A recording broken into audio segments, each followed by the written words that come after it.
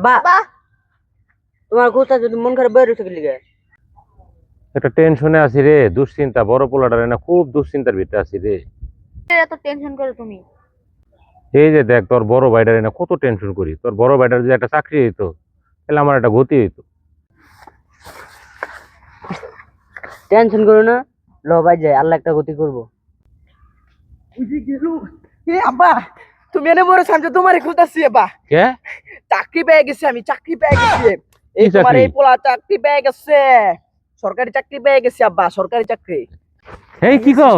হ্যাঁ, এই ভাই ভাই ভাই ভাই ভাই ভাই, সত্যি নাকি? কিন্তু আমার তো বিশ্বাস হইতাছে না। তুমি বিশ্বাস না করলে তুমি কথা কও, এই যে ফোন দিতাছি। দে তো, দে দে দে দে। ল কথা কও। ধরছে, ফোন ধরছে। হ্যালো, হ্যাঁ হ্যালো, এটা কোন জায়গা? হ্যাঁ হ্যালো, আমি বন বিভাগ অফিস থেকে বলতেছি। হ্যাঁ হ্যাঁ হ্যাঁ। আপনার ছেলের তো চাকরি হয়ে গেছে। হ্যাঁ, কি বলেন? এই যে এতদিন পর আপনি একটা যোগ্য লোকের চাকরি দিছেন। আমার বড় ছেলে আপনাদের টয়লেট পরিষ্কার থেকে শুরু করে ঝাড়ু মারু যত আছে সব নিট এন্ড ক্লিন করে দিতে পারবো। আমার ছেলে খুবই ভালো একটা ছেলে। আরে না, আপনি কি বলেন?